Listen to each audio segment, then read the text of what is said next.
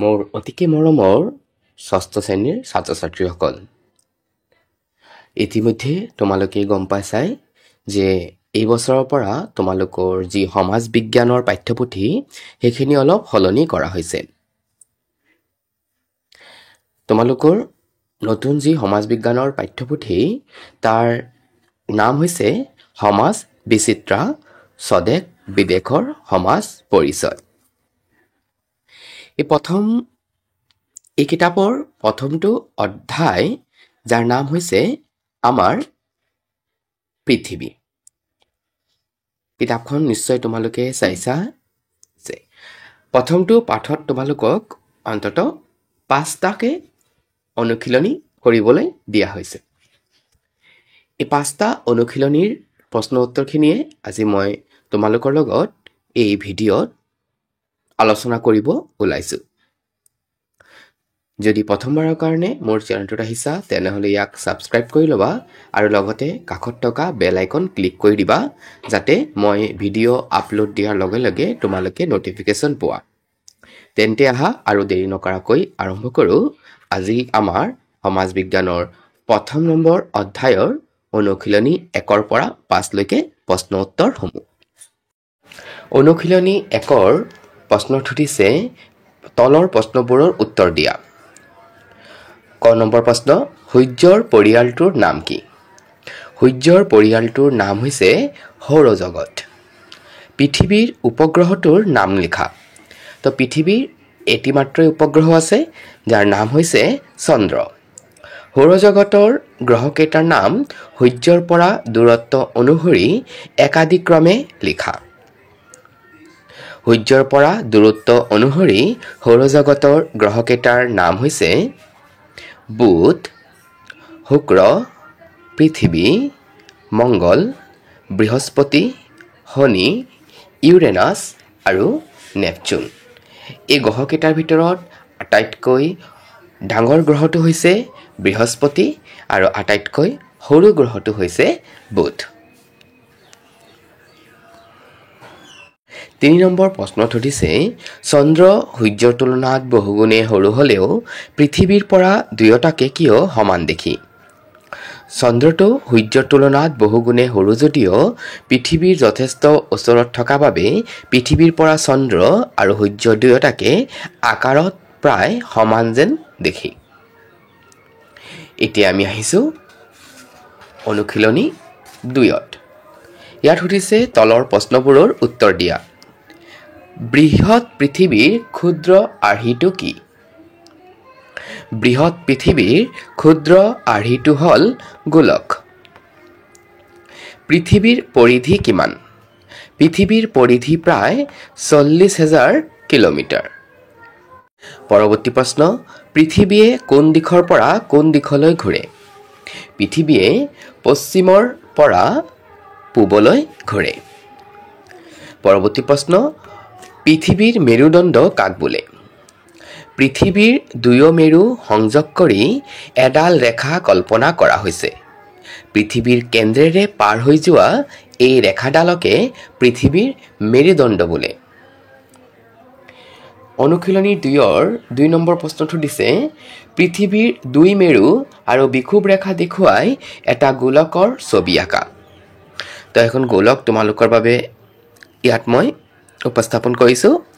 একেবাৰে মাজভাগৰ যি ৰঙা ৰেখাডাল দেখা পাইছা সেয়া হৈছে কি বিষুৱ ৰেখা আৰু ওপৰত হৈছে সুমেৰু বা উত্তৰ মেৰু আৰু তলফালে হৈছে কুমেৰু অথবা দক্ষিণ মেৰু। এতিয়া আহিছোঁ আমি অনুশীলনী নম্বৰ 3লৈ। তলৰ প্ৰশ্নবোৰৰ উত্তৰ দিয়া বুলি কৈছে। অক্ষৰেখা কাক বোলে? বিষুৱ ৰেখাৰ সমান্তৰালকৈ ক্ৰমে উত্তৰলৈ আৰু দক্ষিণলৈ কিছুমান বৃত্তাকাৰ ৰেখা অংকন কৰা হৈছে। এই ৰেখাবোৰকে অক্ষৰেখা বোলে। বিষুৱ ৰেখাৰ কৌণিক মান কিমান? বিষুৱ ৰেখাৰ কৌণিক মান হ'ল 0 ডিগ্ৰী। সুমেৰু আৰু কুমেৰুৰ কৌণিক মান কিমান? সুমেৰুৰ কৌণিক মান হৈছে 90 ডিগ্ৰী উত্তৰ আৰু কুমেৰুৰ কৌণিক মান হ'ল 90 ডিগ্ৰী দক্ষিণ। দ্বিতীয়টো প্ৰশ্নত কৈছে বিষুৱ ৰেখাৰ বিষয়ে বৰ্ণনা কৰা। বিষুৱ ৰেখাৰ অন্য এক নাম হ'ল নিৰক্ষৰেখা। ইয়ে হৈছে আটাইতকৈ দীঘল অক্ষৰেখা। বিষুৱ ৰেখাৰ কৌণিক মান হ'ল 0 ডিগ্ৰী। 3 নম্বৰ প্ৰশ্নত সুধিছে এটা গোলকৰ ছবি আঁকি তাত প্ৰধান অক্ষৰেখা কেইডাল দেখুওৱা। তো তোমালোকৰ বাবে এই ছবিটো মই লৈ আনিছোঁ। চোৱা, এই মেৰুদণ্ড ইয়াত দেখুৱাইছোঁ, কিন্তু আমাক দেখাব কৈছে প্ৰধান অক্ষৰেখা কেইডাল। তো একেবাৰে মাজভাগত হৈছে বিষুৱ ৰেখা, তাৰ উত্তৰ ফালে 23 ডিগ্ৰী আৰু আধাত হৈছে কৰ্কটক্ৰান্তি ৰেখা, আৰু তাৰ তলত 23 ডিগ্ৰী আৰু আধাত হৈছে মকৰক্ৰান্তি ৰেখা। তাৰপিছত 66 আৰু হাফ ডিগ্ৰীত 66 আৰু হাফ ডিগ্ৰীত হ'ব লাগে সুমেৰু বৃত্ত, আৰু 66 হাফ ডিগ্ৰী দক্ষিণত হ'ব লাগে কুমেৰু বৃত্ত। তো এইকেইটাই হৈছে কি প্ৰধান অক্ষৰেখা কেইডাল। এতিয়া আহিছোঁ আমি অনুশীলনী নম্বৰ 4 লৈ। তলৰ প্ৰশ্নবোৰৰ উত্তৰ দিবলৈ কোৱা হৈছে। যেনে দ্ৰাঘিমা ৰেখা কাক বোলে? উত্তৰ মেৰু বিন্দু আৰু দক্ষিণ মেৰু বিন্দু সংযোগ কৰি পৃথিৱীৰ ওপৰেৰে যিবোৰ অৰ্ধবৃত্ত ৰেখা কল্পনা কৰা হৈছে তাক দ্ৰাঘিমা ৰেখা বোলা হয়। পৰৱৰ্তী প্ৰশ্ন, দ্ৰাঘিমাংশ কি? বিষুৱৰ ওপৰত প্ৰাথমিক দ্ৰাঘিমা ৰেখাৰ পৰা যিকোনো স্থানৰ কৌণিক দূৰত্বই হ'ল ঠাইখনৰ দ্ৰাঘিমাংশ। পৃথিৱীৰ পূব আৰু পশ্চিম এই দুয়ো দিশে মুঠ কিমানডাল দ্ৰাঘিমা ৰেখা কল্পনা কৰা হৈছে? পৃথিৱীৰ পূব আৰু পশ্চিম এই দুয়ো দিশে মুঠ 180ডাল দ্ৰাঘিমা ৰেখা কল্পনা কৰা হৈছে। পৰৱৰ্তী প্ৰশ্ন, মুখ্য দ্ৰাঘিমা ৰেখা কাক বোলে? 0 ডিগ্ৰী আৰু 180 ডিগ্ৰী পূব বা 180 ডিগ্ৰী পশ্চিম দ্ৰাঘিমা ৰেখা লগ হৈ সৃষ্টি কৰা পূৰ্ণ বৃত্তাকাৰ দ্ৰাঘিমা ৰেখাডালকেই মুখ্য দ্ৰাঘিমা ৰেখা বুলি কোৱা হয়। ইয়াৰ পিছত কৈছে দ্ৰাঘিমা ৰেখাৰ বিষয়ে বৰ্ণনা কৰা। তো এই যে দ্ৰাঘিমা ৰেখা কাক বোলে, দ্ৰাঘিমাংশ কি, কেইডাল দ্ৰাঘিমা ৰেখা আছে আৰু মুখ্য দ্ৰাঘিমা ৰেখা কি, এইখিনিকে মই মিলাই দ্ৰাঘিমা ৰেখাৰ বিষয়ে অলপ বৰ্ণনা কৰি দিছোঁ।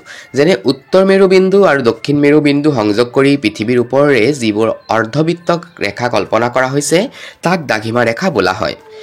দ্ৰাঘিমা ৰেখাৰ কৌণিক মান হ'ল 0 ডিগ্ৰী।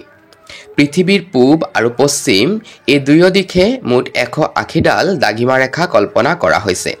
0 ডিগ্ৰী আৰু 180 ডিগ্ৰী পূব বা 180 ডিগ্ৰী পশ্চিম দ্ৰাঘিমা ৰেখা লগ হৈ সৃষ্টি কৰা পূৰ্ণ বৃত্তাকাৰ দ্ৰাঘিমা ৰেখাডালকেই মুখ্য দ্ৰাঘিমা ৰেখা বুলি কোৱা হয়। প্ৰতিডাল দ্ৰাঘিমা ৰেখাই সমান দৈৰ্ঘ্যৰ আৰু প্ৰত্যেকেই একোটা অৰ্ধবৃত্ত। সেইকাৰণে দ্ৰাঘিমা ৰেখাবোৰৰ মান গণনা কৰিবলৈ লণ্ডনৰ গ্ৰীণউইচ মানমন্দিৰৰ ওপৰেদি যোৱা দ্ৰাঘিমাডালক 0 ডিগ্ৰী বুলি ধৰি লৈ বাকী দ্ৰাঘিমাবোৰৰ মান গণনা কৰা হয়। 4 নম্বৰ অনুশীলনীৰ আমাৰ অন্তিমটো প্ৰশ্ন হৈছে অক্ষৰেখা আৰু দ্ৰাঘিমা ৰেখাৰ মাজৰ পাৰ্থক্য লিখা। বিষুৱৰ সমান্তৰালকৈ দুয়ো মেৰুৰ পিনে কল্পনা কৰা বৃত্তাকাৰ ৰেখাসমূহেই হ'ল অক্ষৰেখা। আনহাতে প্ৰাথমিক দ্ৰাঘিমাৰ পূবে আৰু পশ্চিমে দুয়ো মেৰু সংযোগ কৰি কল্পনা কৰা ৰেখাবোৰেই হ'ল দ্ৰাঘিমা ৰেখা। আমাৰ প্ৰথমটো পাঠৰ অন্তিমটো অনুশীলনী হৈছে অনুশীলনী নম্বৰ 5। ইয়াৰ লগত সম্পৰ্কিত থকা প্ৰশ্নসমূহ হৈছে নাছাৰ সম্পূৰ্ণ ৰূপটো কি? নাছাৰ সম্পূৰ্ণ ৰূপটো হৈছে national aeronautics and space administration. আৰু জানিবা নাছা হৈছে আমেৰিকা যুক্তৰাষ্ট্ৰৰ গৱেষণা সংস্থা। যেনে আমাৰ ভাৰতৰ গৱেষণা সংস্থাটোৰ নাম হৈছে ইছৰো, ইণ্ডিয়ান স্পেচ ৰিচাৰ্চ অৰ্গেনাইজেশ্যন। সূৰ্যই কাৰ চাৰিওফালে পৰিভ্ৰমণ কৰে? সূৰ্যই নিজ কক্ষপথেৰে হাতীপতি তাৰকাৰাজ্যৰ কেন্দ্ৰৰ চাৰিওফালে পৰিভ্ৰমণ কৰে। পৰৱৰ্তী প্ৰশ্ন, পৃথিৱীক নিজ মেৰুদণ্ডত এপাক ঘূৰিবলৈ কিমান সময় লাগে? পৃথিৱীক নিজ মেৰুদণ্ডত এপাক ঘূৰিবলৈ 23 ঘণ্টা 56 মিনিট 4 ছেকেণ্ড সময় লাগে। অপহুৰ আৰু অনুহুৰ কাক বোলে? পৃথিৱীয়ে সূৰ্যক প্ৰদক্ষিণ কৰি থাকোঁতে 4 জুলাইৰ দিনাখন সূৰ্যৰ পৰা আটাইতকৈ দূৰত অৱস্থান কৰে। ইয়াকে পৃথিৱীৰ অপহূৰ অৱস্থান বোলে। আনহাতে 3 জানুৱাৰীৰ দিনাখন পৃথিৱীয়ে সূৰ্যৰ আটাইতকৈ ওচৰত অৱস্থান কৰে। পৃথিৱীৰ এই অৱস্থানক অনুহূৰ বোলে। পৃথিৱীয়ে সূৰ্যৰ চাৰিওফালে এপাক ঘূৰিবলৈ কিমান সময় লাগে? পৃথিৱীয়ে সূৰ্যৰ চাৰিওফালে এপাক ঘূৰিবলৈ 365 দিন 5 ঘণ্টা 56 মিনিট আৰু 16 ছেকেণ্ড সময় লাগে। আহ্নিক গতি কাক বোলে? ইয়াৰ দুটা ফলাফল লিখা। ইয়াতে কৈ থওঁ, আহ্নিক গতিৰ আন এটি নাম হৈছে আৱৰ্তন গতি। পৃথিৱীয়ে নিজ কক্ষতলৰ লগত 66 ডিগ্ৰী আৰু 30 মিনিট কোণ কৰি হেলনীয়াকৈ নিজ মেৰুদণ্ডক কেন্দ্ৰ কৰি পশ্চিমৰ পৰা পূবলৈ অবিৰামভাৱে ঘূৰি আছে। ইয়ে হৈছে পৃথিৱীৰ আহ্নিক গতি বা আৱৰ্তন গতি। ইয়াৰ দুটা ফলাফল হৈছে দিন আৰু ৰাতি হোৱাটো আৰু ভূপৃষ্ঠৰ ভিন ভিন ঠাইত শক্তিশালী বতাহৰ সৃষ্টি হোৱাটো।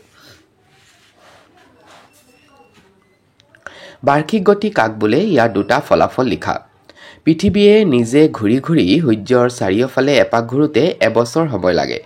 ইয়াকে পৃথিৱীৰ বাৰ্ষিক গতি বা পৰিভ্ৰমণ গতি বোলে। ইয়াৰ দুটা ফলাফল হ'ল মাহ, ঋতু আৰু বছৰৰ পৰিৱৰ্তন হয়, সাগৰীয় সোঁত, বতাহৰ গতি, তাপ আৰু বায়ুৰ চাপৰ পৰিৱৰ্তন। আৰু আজিৰ আমাৰ এই ভিডিঅ'ৰ অন্তিমটো প্ৰশ্ন হৈছে, পৃথিৱীৰ দুটা ভিন্ন অঞ্চলত কিয় একে সময়তে দিন ৰাতি নহয়?